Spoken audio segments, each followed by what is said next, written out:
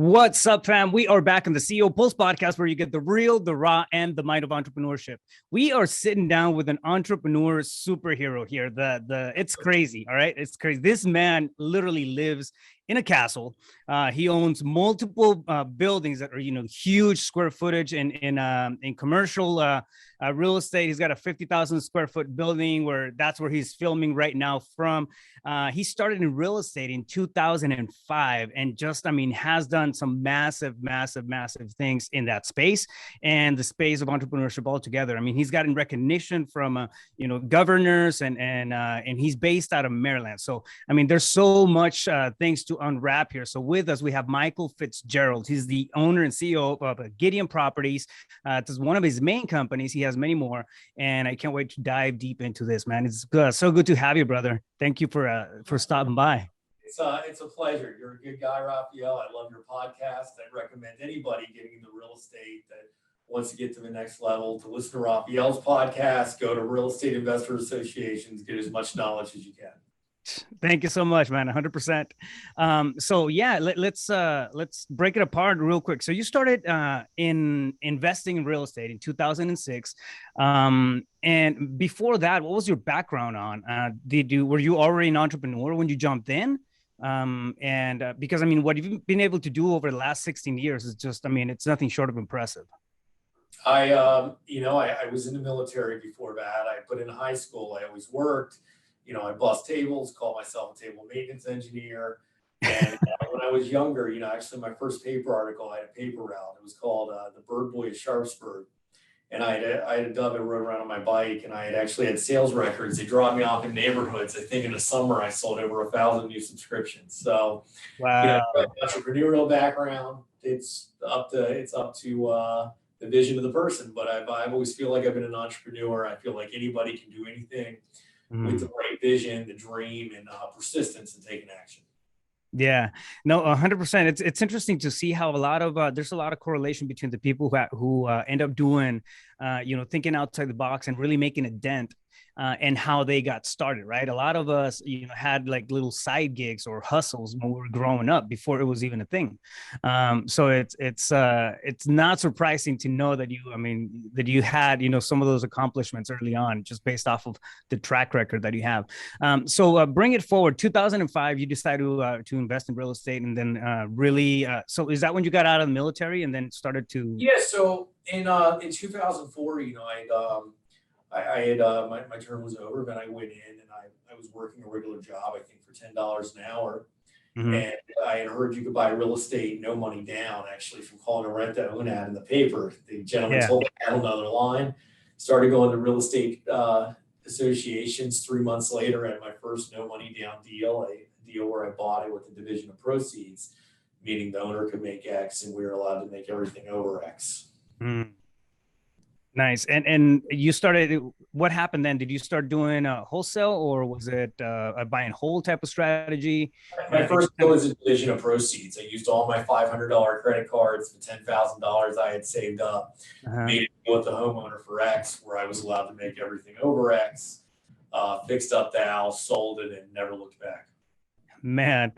So, you in 2005, you're breaking into this new field, and you're coming in from an employee background, and then the military. Of course, you learn systems and accountability and tenacity and grit, right? While you're in the military, and then you bring that transferred over to your entrepreneur space. So fast forward, this is 2005. You get started in 2005. Fast forward, and I think. I heard you speak. We're in a mastermind together, and I heard you speak last year. And you were talking about what you're doing right now in the entrepreneurship space, in the real estate space. So you're making big dents in terms of rehabbing, commercial buildings and unstable apartment complex, value add type of stuff. So you got really creative. You went above and beyond the creative financing portion of it, and then created this whole company with holdings underneath and everything. And along that route, you bought a castle, which I want to talk about that. And really one of the things that just strikes me as perhaps one of your biggest superpowers is going to be that level of big think. So tell me about that a little bit. How do you get to that space, right? Because you get started, right before we clicked record, you said you got started from a 1-bedroom apartment.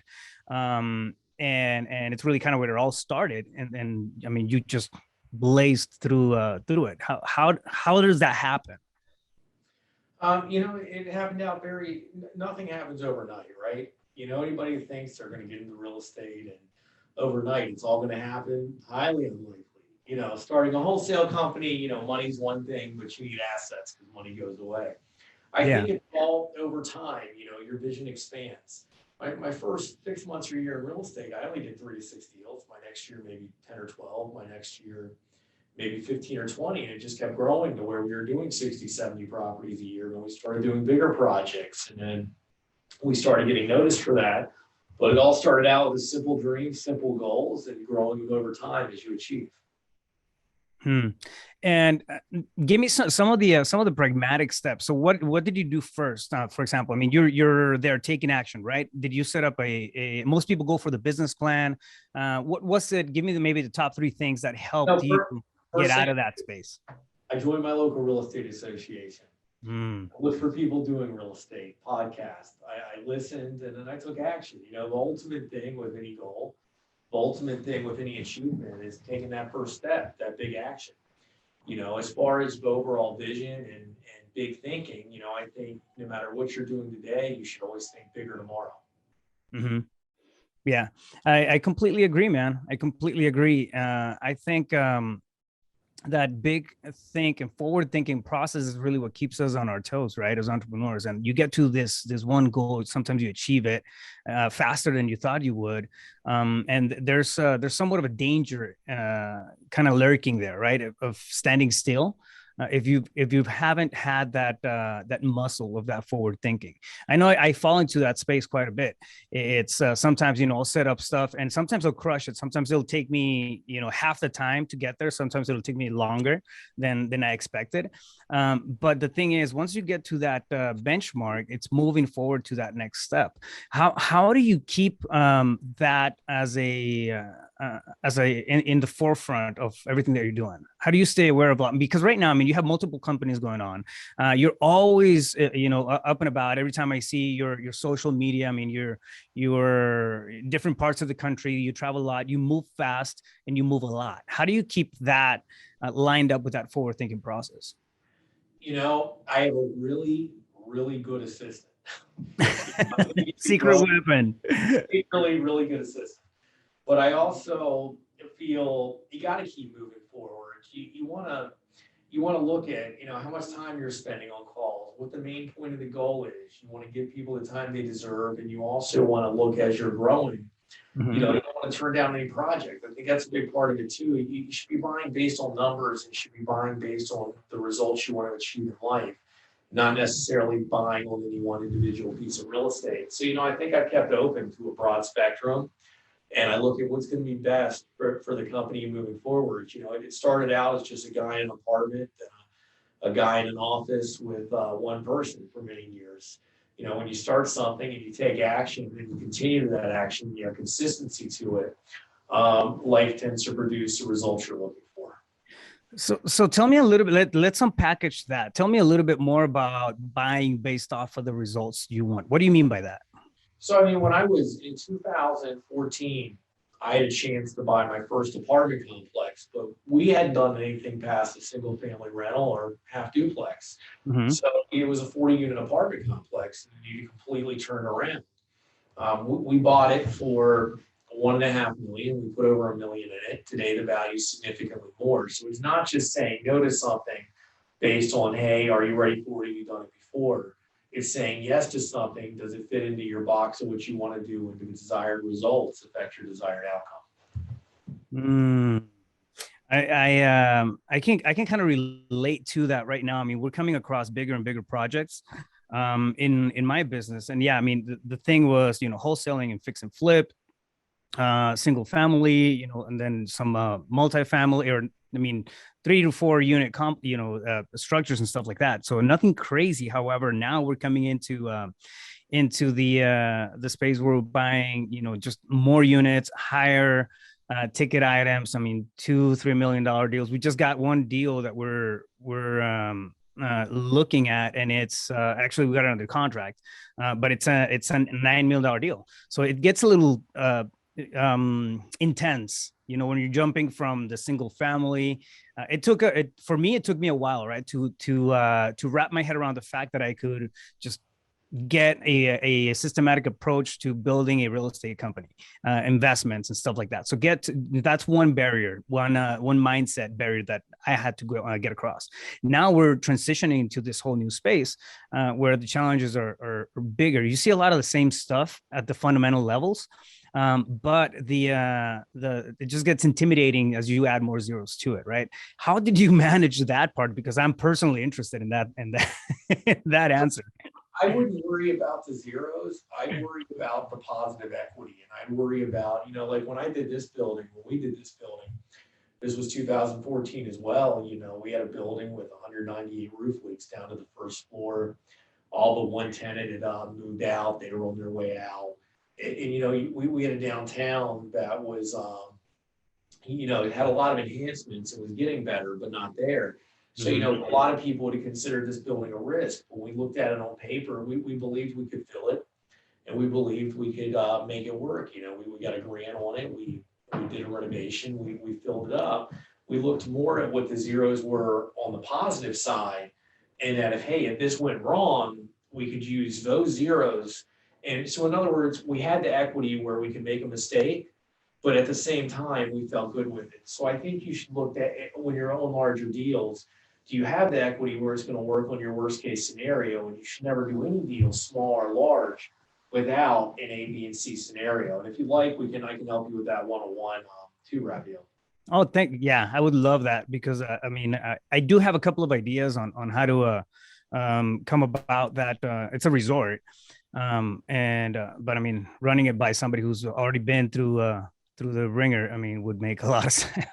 So yeah, I'm going to take you up on that offer. Positive equity, man. How do you define your buy boxes? So let's take it back. Like, say somebody right now who's listening and they're just getting into, and we'll use real estate, right? I mean, the premise of the podcast is entrepreneurship in general. We tackle mindset and whatnot, but I think right now we're in a very with you having you on, it's a special opportunity to kind of tap into you know, some of that specialty knowledge that it takes years and years to build up. How do you figure out what buy box matches your particular investment taste? Like, do you have I don't know, like a framework or something that you would follow to see, okay, this fits, this doesn't fit? What do you look at from a personal standpoint to make decisions on a professional standpoint? So, you know, if you have any rentals, you should always, you can always look at commercial. You can always look at other revenue driving stream properties. The size really doesn't matter. What matters is that your office can handle it. You have a plan if your office can handle it, that you don't do more than you can handle, and you have the equity built in to where you can make that decision. You know, there's an old saying. It's that if you buy a property right, the money's always there. And I would invent this saying. Nobody in the last 20 years invented this saying. I bet it's been around for hundreds of years. And it holds true for any size property. So this is really a two-part question. If you look at that kind of size property that you're looking to buy that's much bigger, it does, you know, and you buy it at the right price, the money's going to be there. That's the first part of it. The second part of it is, if everything goes wrong, can you sell it? And if you're going to have to put money into it, can you handle that? Now, I look at everything where I have an A, B, and C scenario, where C scenario is still a good deal. And if I have to, we can move forward in another direction. Does that make sense? Yeah. Yeah. So have multiple exit strategies for the same type of acquisition, right? Correct. That's what it's coming down to. Got it. So, all right. And you've gone again, you built a massive portfolio, and you have, you know, really, you know, you have outstanding assets when it comes down to, you know, what you have within your portfolio. The process of getting to that, I mean, it really, I'm following a pattern here.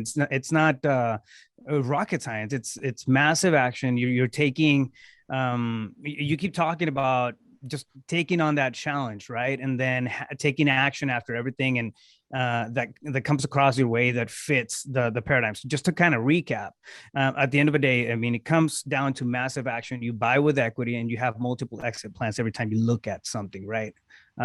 Any potential deal. Correct. So now let's shift gears a little bit and break down the mindset of things. You are naturally inclined to perform, to hustle. I mean, we've seen that from the years where you were, selling newspapers, right? And then growing, and you get to this point where you're having recognition from state governors, and I mean, congressional recognition, and actually being named, one of the top entrepreneurs in the state of Maryland. How does that impact you? Okay, so I'm sure that, like everybody else, right? You went through moments of doubt, of self-questioning, of whether or not am I on the right track? Is this, even the right thing for me? Did that happen to you? So guys, I'm going to get in this question like I like to do on an overall scale, but let me answer this on a smaller scale. I really want to help your listeners here. Let's go. On a small scale, of course, it took 3 months to get my first transaction, my first no money down deal. There was times I thought, is this going to work? Is this something I can do? Will this work long term? Sticking with it, it gets easier and easier. Before you do it, you don't know how you're capable of doing so many deals. That's the first part of the question. Mm-hmm. On the second part of the question, everybody's human. Everybody's going to question themselves every day. They're going to have some self-doubt when challenges arrive. It's how you react to those challenges that separates the advancement and non-advancement. So you can either react with lemons, getting worried, or like you can have a mistake in real estate, lose money on your first deal, so you're going to wait to do your second deal. I would never do that. I keep doing more deals because then the money will come in to pay for your educations, or as I like to call it, college educations. But you're going to have self-doubt your entire life. The best thing to do is have a routine. Put yourself, you don't have to work. I work a lot, and I've been guilty of working 12, 15 hours a day. But in reality, get up early, work, take off work at a reasonable time, focus on your health, focus on your life. And if you just keep driving forward, if you just keep not looking back, and, it's going to happen. When you envision it and you believe in it, even if you have challenges to get there, hurdles to get there, that's where self-doubt comes from, right? Mm-hmm. The challenges and the hurdles. Yeah. Say, look, I believe in myself. I can do this. No matter what situation you're in, when you do that and you move forward, you're going to overcome. Option A, B, and C. But the least option I choose is falling into the self-doubt. Always believe in yourself. You can do anything you set your mind to. And if you don't believe it, look at all the great humans that existed. There's no difference between you or them. I love that, and it's so true. It's so true. I think it's one of those things that can really stop you on your tracks, right? The sense of self-doubt. A lot of times, I think it really comes down to a lack of clarity on the process. And we don't. I mean, one thing to understand as entrepreneurs is that we don't know it all. We have an idea. Most of the time, it just begins with an idea of something that we want to craft, that we want to create, that we want to implement, do, something about. It doesn't mean that you have the whole blueprint, but you don't have to. I mean, things and opportunities change, situations change as we start taking those actions and taking those steps forward, which I think is what makes, the whole, world of entrepreneurship so exciting, really. I mean, it's shifting, it's dynamic. You never get bored. Then those 12-hour days, 14-hour days, if you're doing the right thing, meaning for yourself, in a space where you're happy, I mean, you're not working, you're just performing. Well, you're performing, and even if you have hurdles, or if you don't know how you're going to do something, and you have something out and you do nothing, things fall apart. If you don't know how you're going to do something and you try and you move forward, and like I like to go 4 or 5 different positive directions if I have one hurdle come up, because as long as you have more positives than you do negatives, you have a pretty good business. Wouldn't you say that, Rafael? I love that. So simple yet so profound. You're right. You're right. I mean, the losses are going to happen, right? I think that it's just the cost of learning. It's cost of experience, especially if you're leading into, whatever space you're breaking into. But if you're leading and you're doing something by yourself, or as an individual, right? Like as an entrepreneur starting a new company, you're leading, you're going to be leading the people. There's going to be mistakes to be made, but also make a point of counting those wins. I love it. More positives than the negatives. You're winning. The what do you think about one thing that I've always, and I don't know if this is a good thing or a bad thing, but I've always done, it's a lot of times I shoot from the hip. I call it, kind of like throwing spaghetti on the wall. When I don't know what move to make, I'll throw some spaghetti on the wall and then just kind of see what sticks. What's your take on that? I'm curious. My take on that goes back to a few minutes ago. That was my meaning of, if you have a hurdle come up, do 4 or 5 positive things. 1 or 2 of them may fall through, 4 of them may fall through, but the one will carry you over your hurdle that goes through. Mm. And I believe that's what you're saying as well. Yeah. That's why you're so successful, Rafael. Yeah. I mean, I think it's that, right? It's having, creating some opportunities for the path that we're on, or the future and the vision that we want to create. It's creating, some of those opportunities. And you just never know, right? You never know how one thing's gonna, impact a ripple effect on the other, and then shape whatever vision you have. I've been a participant of my own vision quite a bit. And to kind of explain what I mean by that is something. I'll start with a thing that I want to create. Okay, I have this. I want to get to this, revenue point. I want to make this acquisition. So I want to do this, and that. And then along the lines, I get hit with a different opportunity that just makes that vision a lot bigger and a lot more attainable. And it just, rocks my socks off, because I didn't know it was something possible. It didn't even contemplate, the pivot that it was going to take. So things take a life of for themselves. And when you're taking action, right, when you're moving forward. And I think a lot of times we just kind of, we're pushing this boat, and then next thing you know, we're just on top of the boat, and then we're sailing with it. Is that something that has happened to you as you've gone through your entrepreneur journey, or are you one of those guys that has everything just meticulously planned and laid out? Not to get ahead of you, but no, I mean, it's impossible to plan for everything that's going to come up. All you can do is try your best every day, take action, you're moving forward. So I would say if you meticulously plan, you're still going to have stuff come up. We plan, and we're as meticulous as we can be, but don't be hard on yourself when something comes up. Move forward and add it to the plan. So it's okay not to have a plan. The point is taking action. Tell me about some of the biggest achievements that you've been able to take on or accomplish throughout the last 16 years of being an entrepreneur or being in the real estate space, and then just taking massive action on a daily basis. I'll give you my top 5. That works. From a 1-bedroom apartment, having a farmer call me up saying he wanted $1 million for his farm, with me with less than 30,000 in the bank for my first deal, 40,000. Get a no money down deal where I could sell any or all towards my purchase price. Ended up being a big win. Nice. The building I sit in, that in 2015, I got a governor's citation, thanking me for being an entrepreneur and doing business in the state, and being a big part, because I'm one of many pieces of the revitalization of downtown Hagerstown. The community is doing so well. The professional arts building I took from 14% full. It was a city, state, federal partnership. I got state and federal tax credits, and the city contributed $250,000. Right now, I'm taking on the Holly project, 46 high-end residential units in downtown Hagerstown. It's hopefully, if right now it's a city, county, and or a city state rather, and I'm hoping it's going to be a federal county partnership as well. They're contributing a large part. And then I would say Long Meadow apartment complex, buying it, and the rent's going up over the years.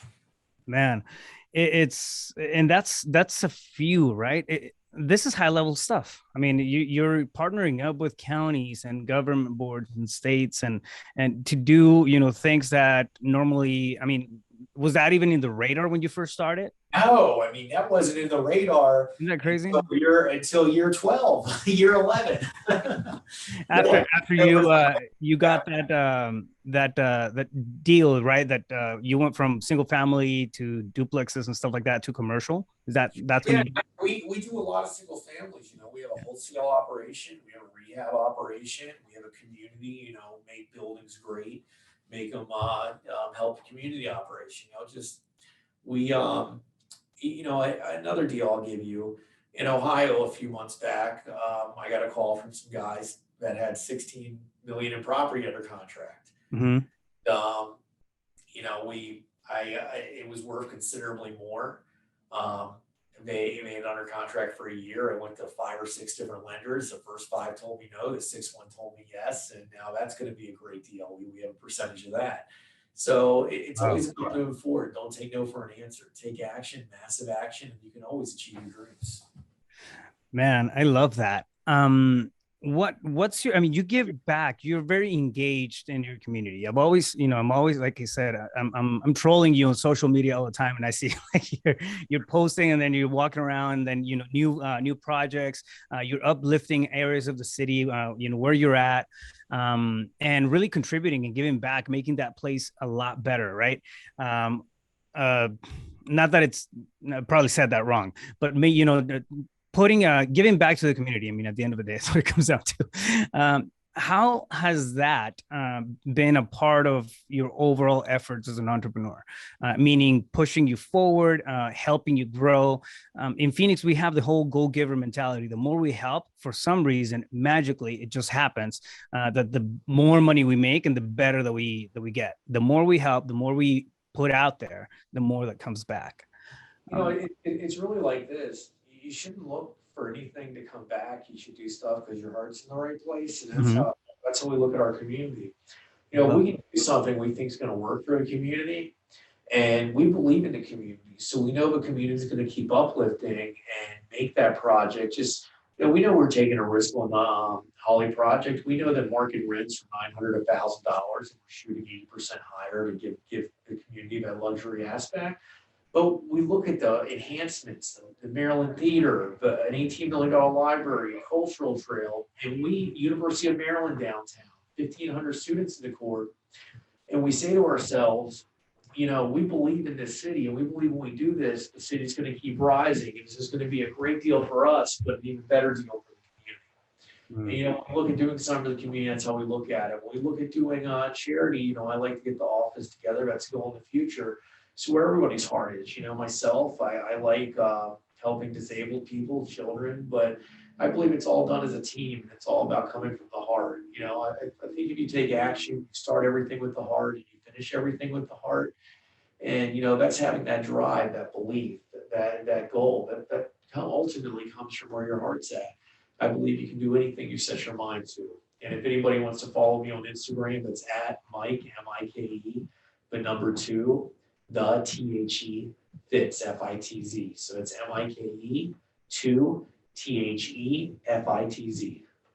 And I'll make sure to have that on the show notes too. And I highly suggest people follow you. You have a very inspirational day to day.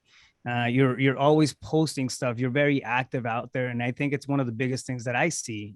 From this standpoint. To me, I've been guilty of just getting bottled up in my own stuff, and not really getting out there like you do, for example. And I think it's a great thing to do when you're in that space.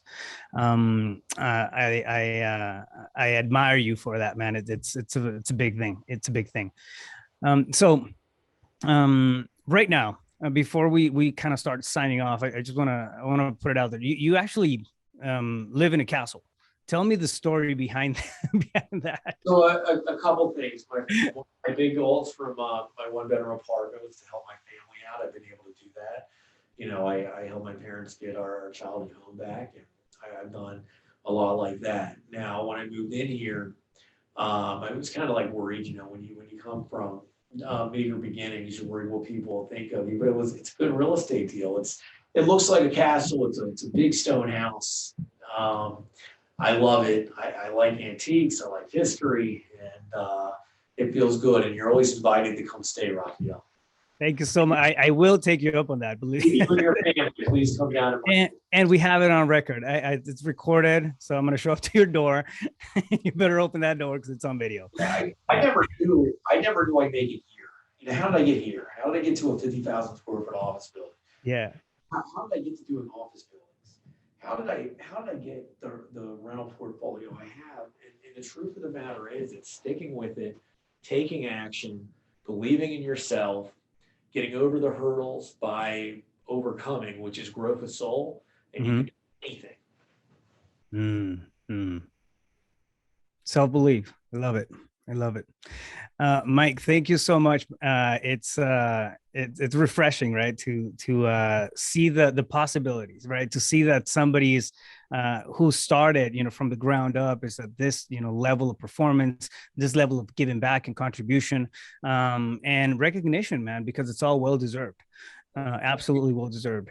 Thank you so much. I've never really asked for any of it. Like it's all just come, and I believe when you follow your heart, ultimately, whether you have recognition or not, you're going to make a big difference. I started out with bandit signs and and I started out doing less than 20 deals my first 3 years. Yeah. 25 deals and no deal for my first 3 months. Stick with it. Follow your heart. Go to your local RIAs. Listen to Rafael's podcast. It's one of the best. And you can do anything. Just because you start out here doesn't mean you're not going to end up here. Yeah. And never let a hurdle get in your way. Always do what you say you're going to do. Always pay all your debts, all your banks. Always figure it out. And if you don't know how to do it, keep moving forward and it'll figure itself out. Keep moving forward, figure itself out. I love it. Mike, where's a good place to catch you if somebody wants to have a conversation with you, maybe, I don't know, partner up or bring you a big, massive deal your way, or just find a way to collaborate. I know you gave your social media handle. We'll make sure to put that on the show notes, but is there anywhere else where people can find you? Contact me on Instagram at Mike to the Fitz, and that's the best place to find me. We are going to come up with some kind of educational website soon. We haven't done that yet. We've helped a few people. Calling with Wholesale of Millions is a friend of mine. I was his original mentor, but it's not something I've ever done. But because of people like Rafael and people that think it's a good idea, I think we're going to do that. And it's always great helping other people, helping people be successful, and stick with, no matter what you're doing in life, stick with it. If it doesn't make you happy, find something that does, and you're going to have a great life. I love it, man. I love it. Before we sign off, this is my favorite question. If you were walking down the street and you ran into your 17-year-old self, what would you tell that young Mike? What would I tell that young Mike? Well, if I could get granular with it, every property I should have bought, every property I should have sold, and that young Mike would have retired 5 years ago. But because I paid for a few Columbia educations myself. But what I tell that young Mike is believe in yourself. Don't let life get you down. And when you hire people, make sure it's the right people. And if it's not, don't feel bad and wait too long to move forward. Because ultimately, the right people in your organizations gives you a great life in themselves.